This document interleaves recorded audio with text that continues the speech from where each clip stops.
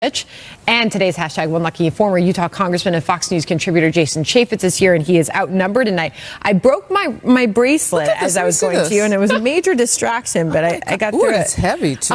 Welcome, Congressman. Good to have you here. Thank you. It's a remarkable day, and Melissa, you have followed the ins and outs of these negotiations on taxes for quite some time, and we're coming down to the final moments here. Yeah, no, it looks like it's actually going to happen. If we could just get Republicans to vote for the bill, Republicans vote Republican, then they can actually do this. Yeah, that would be a good thing. But funding the government, that's going to be a whole different question. The euphoria will lead to a letdown, and that's going to be In other words, nothing's changed since you left? No. All right, well, you set it up for us. Let's begin. Republicans agreeing on a plan to overhaul the tax code. They shared it in a conference committee. The deal currently calls for cutting the corporate tax rate to 21% from 35% beginning early next year, cutting the top individual rate to 37% for the highest earners, down from 39.6%, repealing the corporate alternative minimum tax, repealing the Obamacare individual mandate, and limiting combined deductions for state and local income and property taxes to $10,000. President Trump eager for lawmakers to vote on a final bill for him to sign. We want to give you, the American people, a giant tax cut for Christmas. And when I say giant, I mean giant. As we speak, Congress has reached an agreement on tax legislation that will deliver more jobs, higher wages, and massive tax relief for American families and for American companies. But there are growing questions about whether that bill is actually going to pass. There are still Republican wildcards, including Senators Corker, Flake, Collins, and even Marco Rubio. Senator John McCain is in the hospital, and it's not clear when he'll be able to return to Capitol Hill to vote. Right now, no Democrat is on board, so Republicans in the Senate can only afford to lose 2 votes. Meantime, at yesterday's conference, Senator Bernie Sanders of Vermont blasted the tax bill and the process for getting it done. Watch. Mr. Chairman, as I think you well know and everybody at this table understands, this conference, so-called conference committee, is a farce. According to media reports, the final legislation has already been completed. This legislation, in fact, not only had no public hearings, but it did have some 6,000 Washington, D.C. lobbyists working on it behind closed doors. UN Ambassador Nikki Haley making comments right now. She said she's got evidence, irrefutable evidence, that Iran deliberately violated international obligations. Let's listen. Have Iran's fingerprints all over it. 4 days ago, Iranian Foreign Minister Zarif wrote an op-ed assuring the world that Iran has been misunderstood. He wrote, quote, Iran's military capabilities comply with international law and are entirely defensive. Instead of stoking violence, Zarif promised that Iran and its partners, quote, labor to put out fires while the arsonists in our region grow more unhinged. But the United Nations just released a new report that tells the opposite story. It tells the story of Iran as the arsonist. The report shows the Tehran regime not putting out fires, but fanning the flames of conflict in the region. This was Secretary General's 4th report detailing Iranian compliance or non-compliance with UN Resolution 2231. That resolution places specific prohibitions on Iranian conduct. In its strongest language yet, the Secretary General's report describes violation after violation of weapons transfers and ballistic missile activity. The United States welcomes this report, as should every nation concerned about Iranian expansion. We are grateful for the depth of the UN's inspection and analysis. Most telling, the report makes a convincing case that Iran is illegally providing the Houthi militants in Yemen with dangerous weapons. The report provides devastating evidence of missiles, conventional arms, and explosive boats of Iranian origin used by the rebels in Yemen, all of which violate UN resolutions. The United States and our partners went to great lengths to support the UN investigations into Iranian violations by declassifying evidence so that the world could better be informed of the extent of Iran's malign activities. As you know, we do not often declassify this type of military equipment recovered from these attacks. But today, we are taking an extraordinary step of presenting it here in an open setting. We did this for a single urgent purpose. Because the Iranian regime cannot be allowed to engage in its lawless behavior any longer. International peace and security depends on us working together against the Iranian regime's hostile actions. The fight against Iranian aggression is the world's fight. The United States is acting in the spirit of transparency and international cooperation that is necessary to defeat this threat. In this warehouse is concrete evidence of illegal Iranian weapons proliferation gathered from direct military attacks on our partners in the region. Behind me is an example of one of these attacks. These are the recovered pieces of a missile fired by Houthi militants from Yemen into Saudi Arabia. The missile's intended target was the civilian airport in Riyadh, through which tens of thousands of passengers travel each day. I repeat, the missile was used to attack an international civilian airport in a G20 country. Just imagine if this missile had been launched at Dulles Airport or JFK, or the airports in Paris, London, or Berlin. That's what we're talking about here. That's what Iran is actively supporting. What is most revealing about this missile is what's not here. This is a short-range ballistic missile. It is missing the large stabilizer fins that are typically present on these kinds of missiles. The Iranian Guillaume missile is the only known short-range ballistic missile in the world that lacks such stabilizer fins and includes 9 valves that you will see running along the length of the missile. Those valves are essentially Iranian missile fingerprints. On your walkthrough, you will also see missile debris stamped with the logo of Shahid Bagheri Industries, an Iranian manufacturer. Those are just 2 of the many pieces of evidence that tell us of this missile's Iranian origins. It was made in Iran, then sent to Houthi militants in Yemen.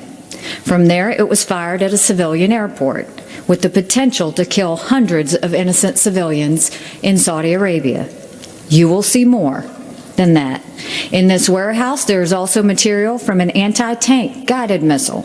Such missiles have a range of over 2 miles and can destroy tanks and even buildings.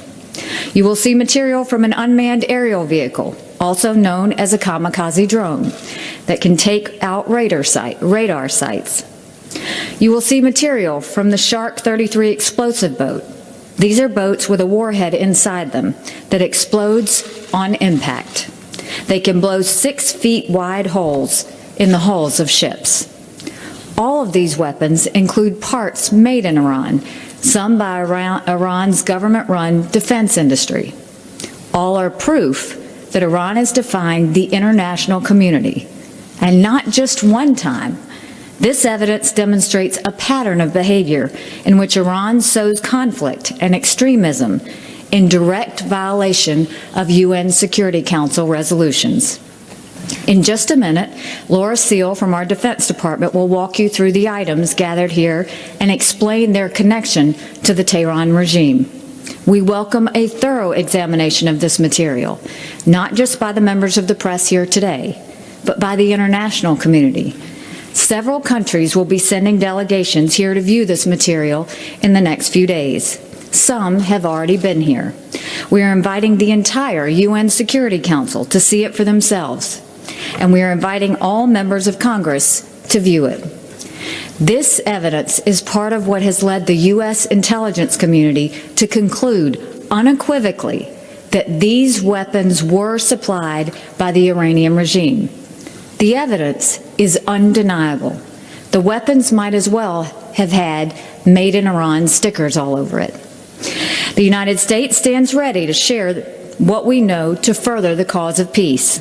We ask our friends and our allies to do the same. Iran is determined to undermine the international consensus against its conduct. We must speak with one voice in exposing the regime for what it is, a threat to the peace and security of the entire world. We call on all nations to join us in a united front, resisting this global threat. I will be happy to take your questions. I do first want to thank the Department of Defense, their intelligence experts, all that went into this. When you look at this missile, this is terrifying. This is absolutely terrifying. And this is why it has to stop. We have said multiple times that this is not just about the nuclear program. This is about everything else they're doing, because Iran believes that they have been given a pass.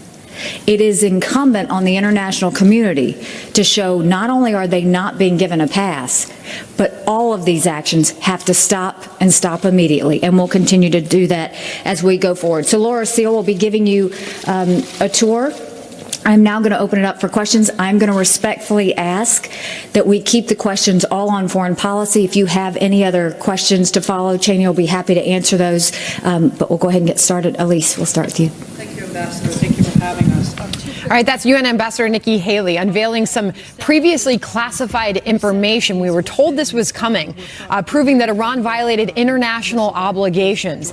Iranians provided the Houthi rebels, she said, in Yemen with arms, showing that Iran deliberately violated international obligations. As she just detailed, the Secretary General's report describes violation after violation, a trend of this, she pointed to, of weapons transfers and ballistic missile activity. Congressman Jason Chaffetz is on the couch with us right now, something you know a lot about. What did you make of what you just heard from the ambassador? No, it's not only an allegation, but there's evidence sitting behind the ambassador there. Not this last Thanksgiving, but the one before. I was actually on the USS San Jacinto, which was a Navy destroyer.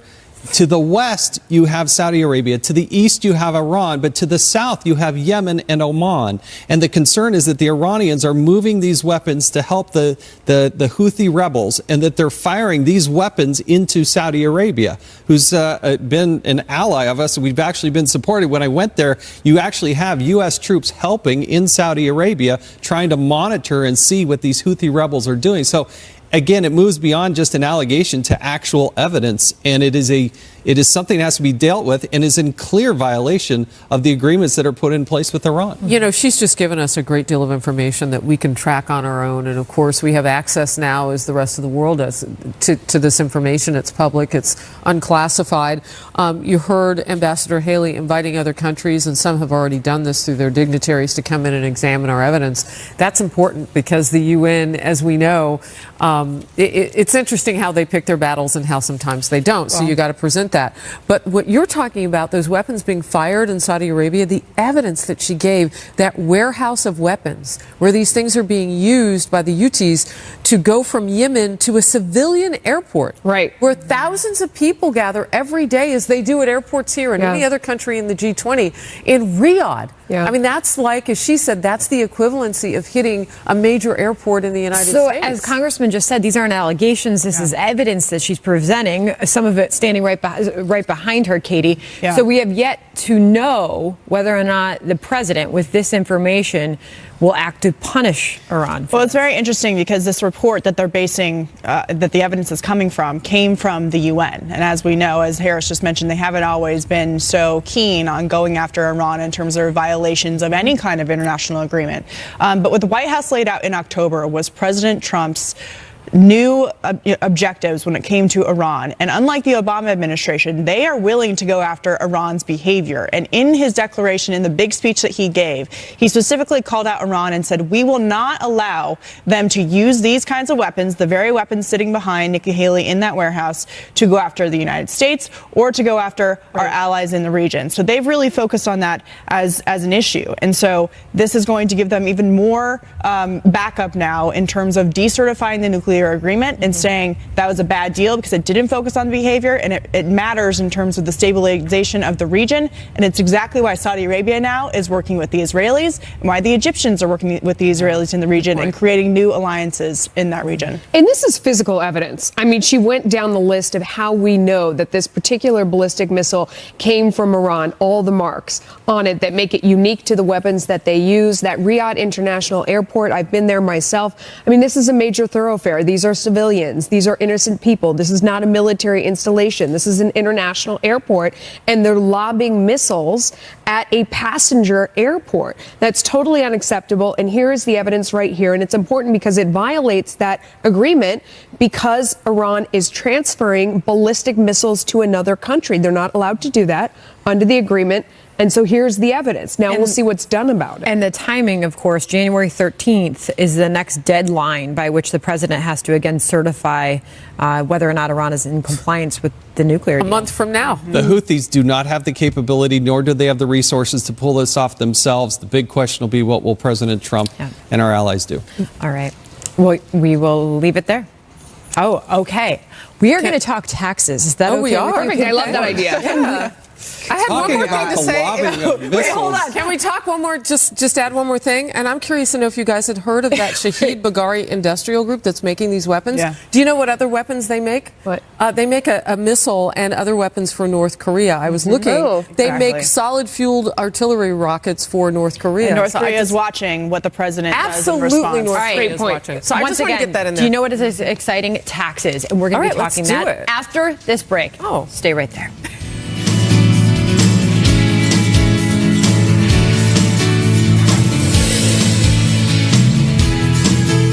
It's about making jobs grow in this economy. It's about middle-class incomes going higher. Giving people the ability to make ends meet and to plan for the future. I'm so excited that we're on the cusp of this great accomplishment. And if Congress acts by Christmas, people are going to see gains very soon. You know, I keep asking the question, I asked this several times this morning, like, if it's so great, why are they having such a hard time selling it? And he keeps throwing out a statistic that ahead of Reagan's tax reform, only 18% of Americans thought that it was going to benefit them, right? We know how that turned out. So does he have a point there? I think it will have a much broader impact. You've already seen it in the stock market. I think it's been reacting and planning and building that into its numbers.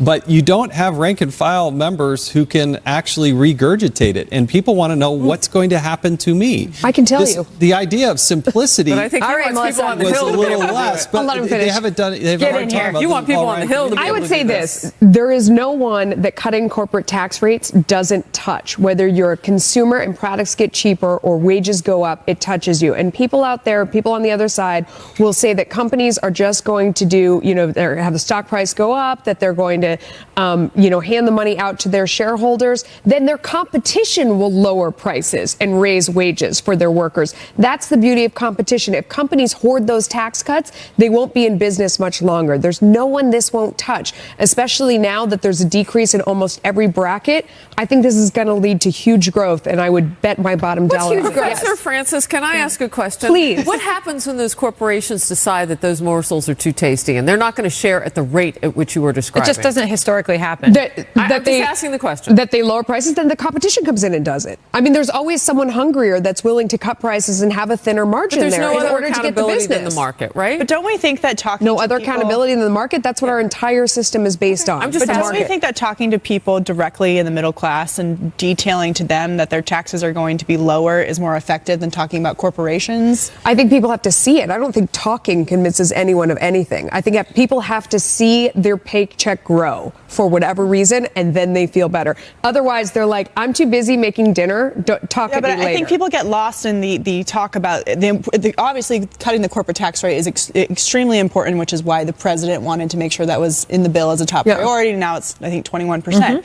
But when people hear about corporations, they automatically think that they're going to benefit and middle classes. And so I don't think that Republicans have done a great job of talking specifically to individual families. The White House had families come to President Trump's final push on tax reform yesterday to talk about how it would affect them individually, but what they would be able to do with more money in their own pockets. They sound very optimistic, and the GOP sounds very optimistic this is going to get done. What does that mean politically, this first major legislative win potentially for the president? Well, I think Melissa has a good point in the sense that once it goes through and people actually see more money in their paychecks and how it affects them politically, it will just be a natural progression, an organic movement towards the people who voted for it.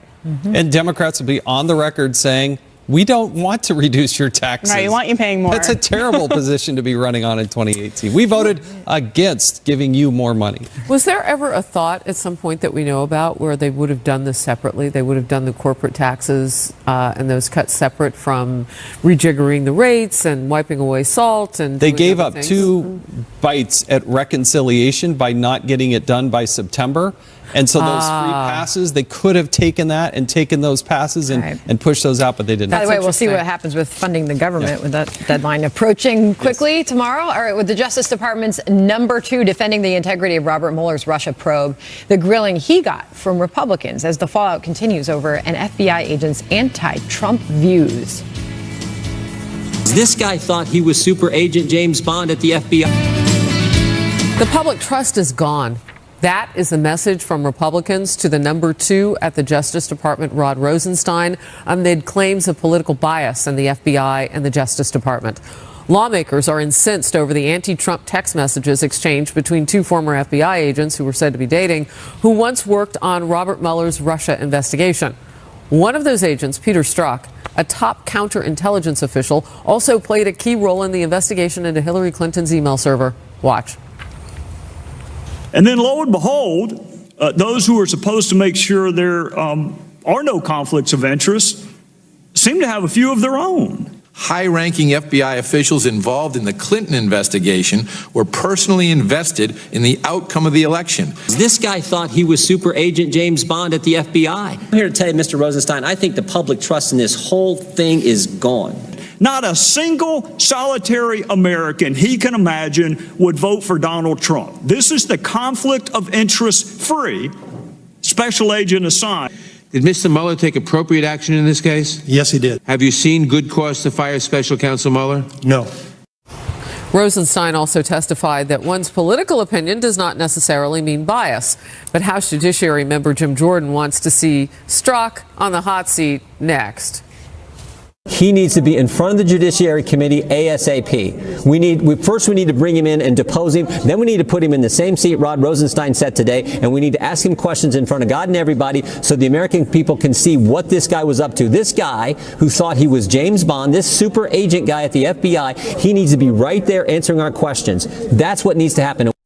Meanwhile, Senate Judiciary Chair Chuck Grassley wants clarity on the Justice Department's response to Strzok's text messages, especially one which appears to some lawmakers as a conspiracy to go after President Trump. It reads, quote, I want to believe the path you threw out for consideration in Andy's office, we assume that's Andrew McCabe, former deputy director, that there's no way he gets elected. But I'm afraid we can't take that risk. It's like an insurance policy, end quote. It's like an insurance policy.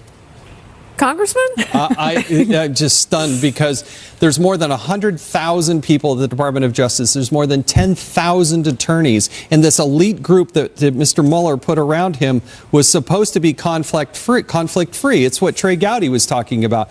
The special counsel is supposed to be there to shed all the conflicts of interest. And yet, I think you're not only seeing political bias, but I think it's moved beyond that. There's evidence to believe that there's possible collusion in here, that they wanted a different outcome, that they had set their mind to have a specific outcome rather than doing their job and following the fact pattern. Can I ask you a question, though, just in terms of what we're looking for in all of this? I mean, you know, you hear Jim Jordan calling him super agent man. Dun, dun, dun, dun, dun.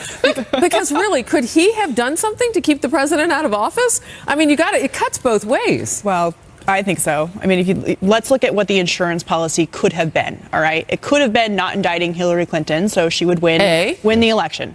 It could have been then going to the FISA court with a dossier that was paid for by the Clinton campaign, developed by Fusion GPS, which, by the way, was worked on by the wife of the Associate Deputy Attorney General who worked right next to Rod Rosenstein down the hall up until last week. Capital B. Right, working in the Justice Department under Loretta Lynch at the time, happens to meet with Fusion GPS, and his wife is working to dig up this dirt to unmask and spy on American citizens, a.k.a. people working on the Trump transition team, so they can then use that to indict them and make sure that the Trump presidency is in jeopardy. So you're enumerating the ways that it could have worked against the president getting into the White House. There's one, just if we went A, B, and C, maybe C would be Melissa, and we don't know.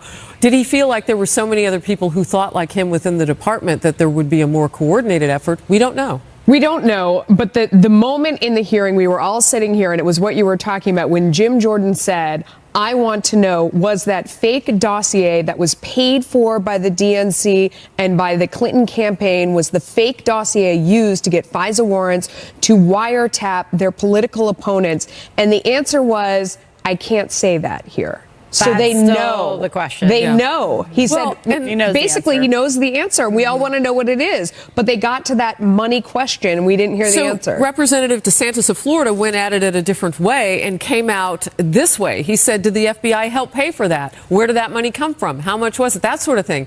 And what did he say? He said, well, Rosenstein, I know the answer to that, but I can't tell you. Why? Taxpayer funds? He can tell him. He absolutely can tell him. I'm just saying what the man said. There's a reason why the FBI has given a stiff arm to Congress. They won't provide the personnel, they won't provide the documents, and they won't show the money trail. That should be the flashing red light. This is a Republican administration, but it's this deep state that feels is like just Obama. embedded. Those are the questions that we need the answer to. All right, we'll move on. A new round in the war of words between President Trump and Democratic Senator Kirsten Gillibrand.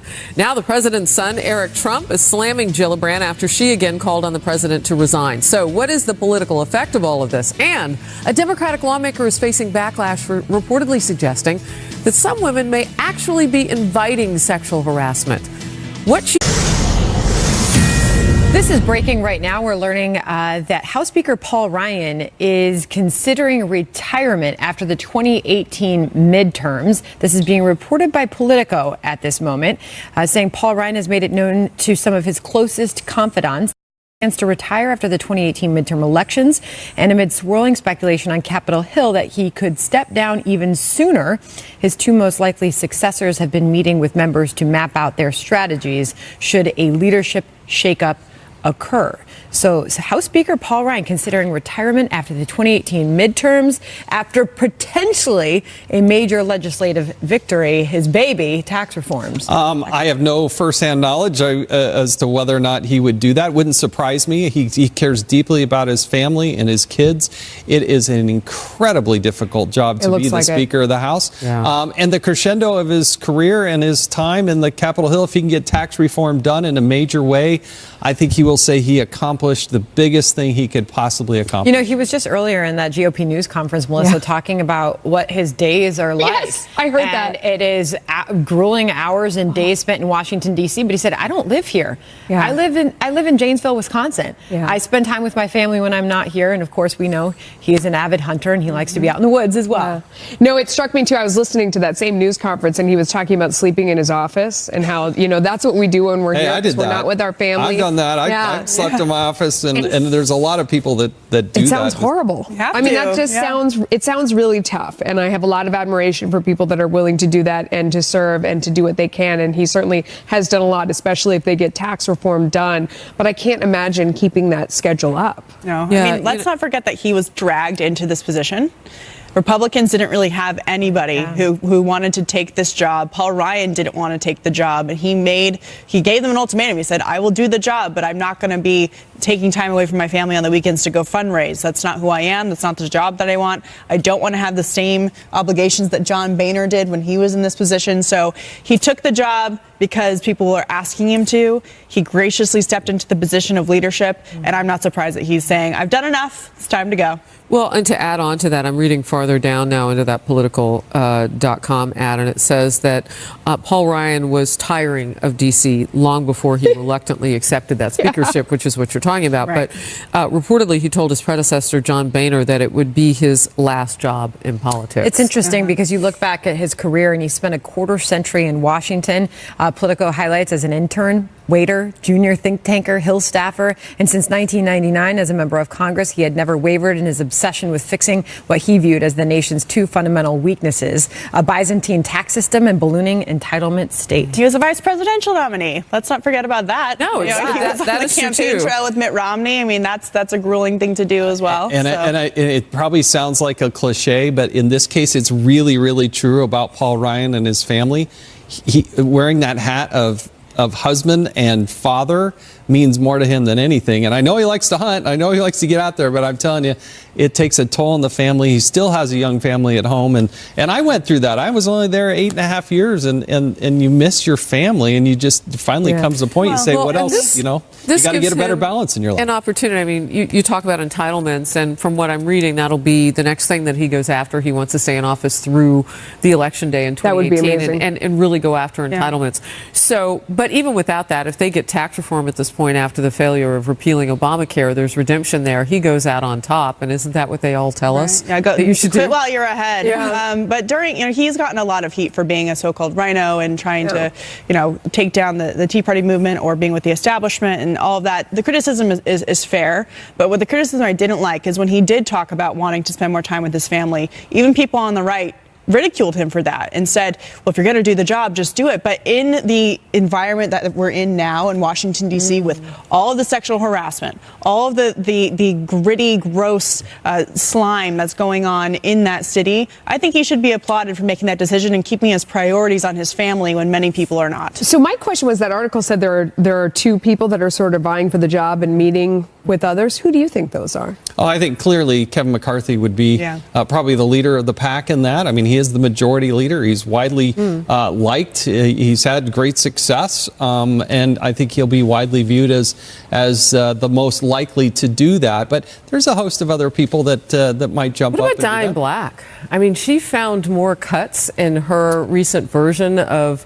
Isn't she going to run for governor? I think she is. But things you don't know. Yeah, I mean, we don't know what will happen. I'm just wondering, in this atmosphere too, that's so fired up about other topics on Capitol Hill, if a woman might not step forward and do this. I'm not so sure. And I'm thinking of her because of that spending cuts. I would not she found $7.5 billion to cut. I have no firsthand knowledge. I don't want to put anything out there other than a guess. Right, other than a guess, it would not surprise me if when he comes back from Christmas that he says, "All right, time to make a change. We'll give you 30 days." But what would the president say? Because I ask you that because remember, Paul Ryan veered away from the president towards the tail end of the 2016 election. But then here we are a year later, as this article also points out, and they've been a very unique pairing. How would you describe his relationship with the president? I don't know that we have enough time to try to wrap our arms around good or bad? the discussion. Well, I think in some parts it's good. I think the president has let Paul Ryan really run on what he's strongest on, and that is being the policy wonk. But there's also a degree of volatility that's associated with the Trump White House. Yeah, I think it's a business relationship. I think Paul Ryan has tried to work with the president, as has Mitch McConnell, on the agenda. But there are certainly issues that have come up that I think Paul Ryan does not want to address. I think he gets very irritated in his press conferences when he's asked about what the president has tweeted and when he has to deal with issues that are coming out of the White House rather than focusing on the House and what they're trying to get through. Who do you think the other person is besides Kevin McCarthy? I'm not sure, but I do think that Kevin McCarthy will face some headwinds if he's going to line up and try and get the job. I think more conservative members will be pushing back a little bit on that. We're only 45 minutes into the show, and we're covering a lot today. Yes. So, indeed. What's next? And new fallout in the ongoing war of words between President Trump and Democratic Senator Kirsten Gillibrand. Now the president's son is slamming the Democrat after she again called on Trump to resign. The impact of all of this.